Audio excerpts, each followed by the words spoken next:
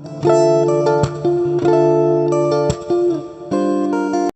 वालेकुम, I am doctor Mohammad Moin Ashraf और इस वीडियो का मौजू है न्यू बॉर्न बेबीज़ जो एक्सेसिव क्राई कर रहे होते हैं तो उसके बहुत सारे रीज़न्स होते हैं। तो अक्सर मदर्स को ये बहुत ज़्यादा प्रॉब्लम होती है, वो पूछ भी नहीं होती हैं कि हमारा बच्चा बहुत ज़्यादा क्राई करता है राइट आफ्टर बर्थ।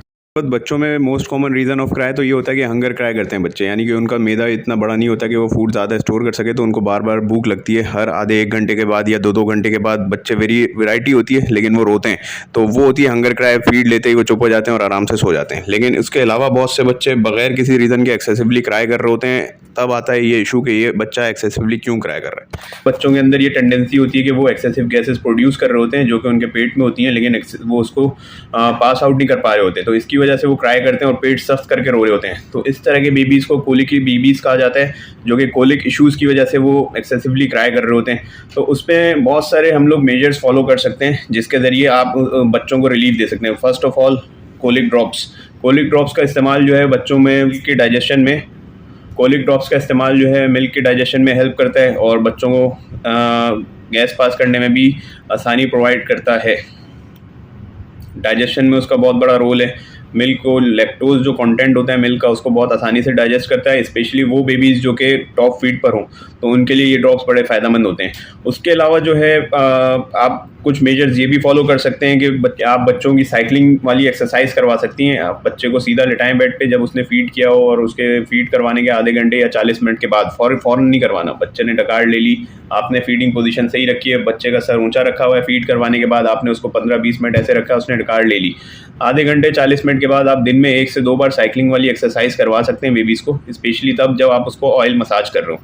तो ऑयल जो है बेबी ऑयल बहुत सारी कंपनीज़ का आता है, जैतून के तेल से भी आप लोग कर सकते हैं मसाजिंग, और उसके अलावा Johnson baby oil, mother care और बहुत सारी अच्छी कंपनीज़ हैं जो बेबी ऑयल देती हैं। तो उससे आप एब्डोमिनल यानी कि बेली मसाज कर सकते हैं, पेट का मसाज, शोल्डर्स का, हाथ का मसाज, लिम्स, लोअर लिम्स का मसाज कर सकते हैं, और उसके बाद उनके पैर को घुटनों के पास से मोड़कर इस तरह साइकिलिंग वाली एक्सरसाइज करवा सकते हैं आप बच्चों को, बहुत स्मूथली, बहुत जेंटली।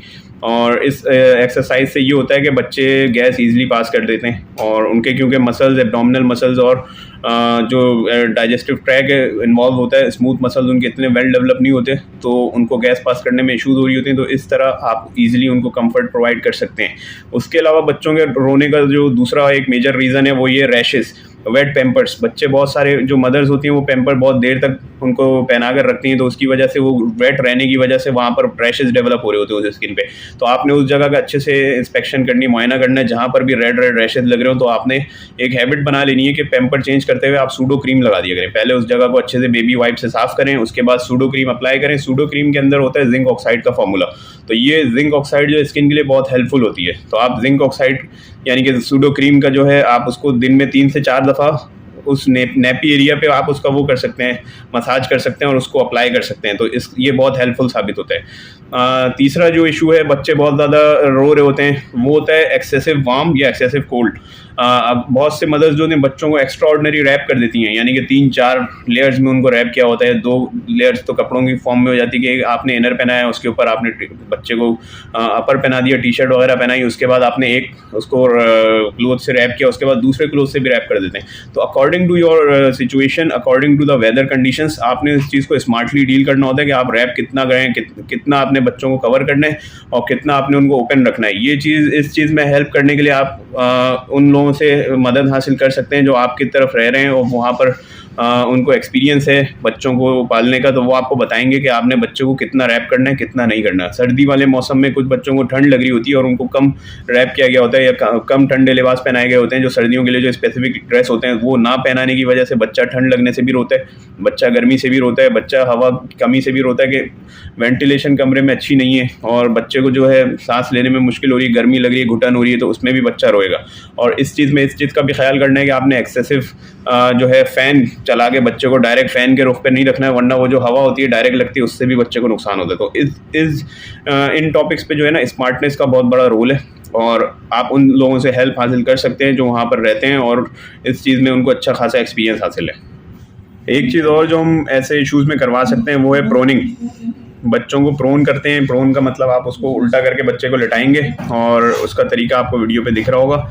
और इसमें आप इनिशियली जो है वो 10 से 15 मिनट या 5 मिनट से स्टार्ट करें। इनिशियली जो है आप इसमें 5 मिनट से स्टार्ट कर सकते हैं। बच्चे को 5 मिनट तक ऐसे रखें, सपोर्ट के साथ आप उसको करवट दिलवा सकते हैं और उसके बाद जो है ये ड्यूरेशन आप बढ़ा भी सकते हैं। तो दिन में 2 से 3 बार ये कर सकते हैं। और इसके साथ साथ जो है मसाज वगैरह, ऑयलिंग, इससे बहुत फ़र्क पड़ जाता है।